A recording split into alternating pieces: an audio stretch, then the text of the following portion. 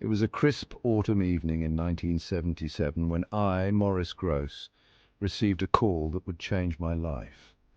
A distraught family in Enfield, North London, claimed their home was under siege by an unseen force. Peggy Hodgson, a single mother, described furniture moving on its own and disembodied voices echoing through the house.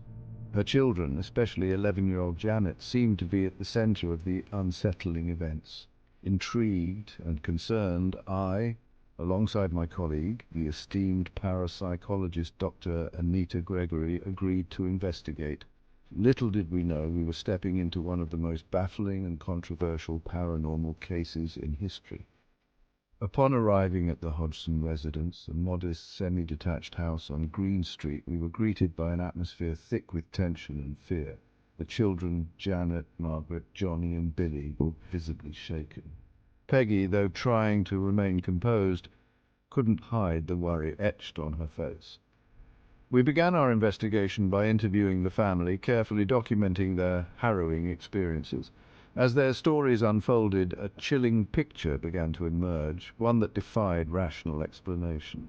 The phenomena they recounted began subtly strange knocking sounds, objects disappearing and reappearing in odd places. However, the events soon escalated, becoming increasingly dramatic and unnerving. One of the first incidents that truly sent shivers down our spines involved a heavy chest of drawers. The family claimed it had moved mysteriously across the floor, seemingly of its own accord.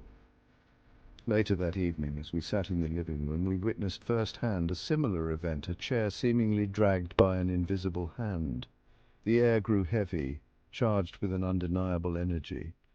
We were witnessing something extraordinary, something beyond the realm of normal occurrences. As days turned into nights, the activity intensified. Banging on the walls, disembodied voices whispering menacingly, and objects flying across the room became commonplace. It was as if an unseen entity had taken up residence in the Hodgson home, tormenting its inhabitants with relentless fury. The events at Enfield were not mere parlor tricks or childish pranks. This was something far more profound, something that challenged our understanding of the world and the forces that govern it. As we delved deeper into the investigation, interviewing witnesses and meticulously recording every detail, we became increasingly convinced that we were dealing with a genuine case of haunting. The Hodgson family was not seeking fame or notoriety. They were simply desperate for help, for someone to believe their terrifying ordeal and put an end to the nightmare that had invaded their lives. As we continued our investigation, the poltergeist, as we began to call it, seemed to grow bolder, its actions more brazen. Objects would vanish from one room only to materialize in another, sometimes in plain sight.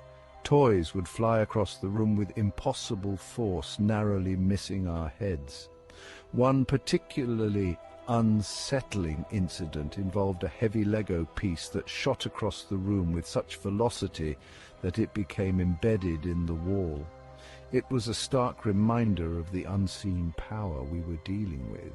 We documented meticulously every instance of object movement, noting the time, location, and trajectory of each occurrence.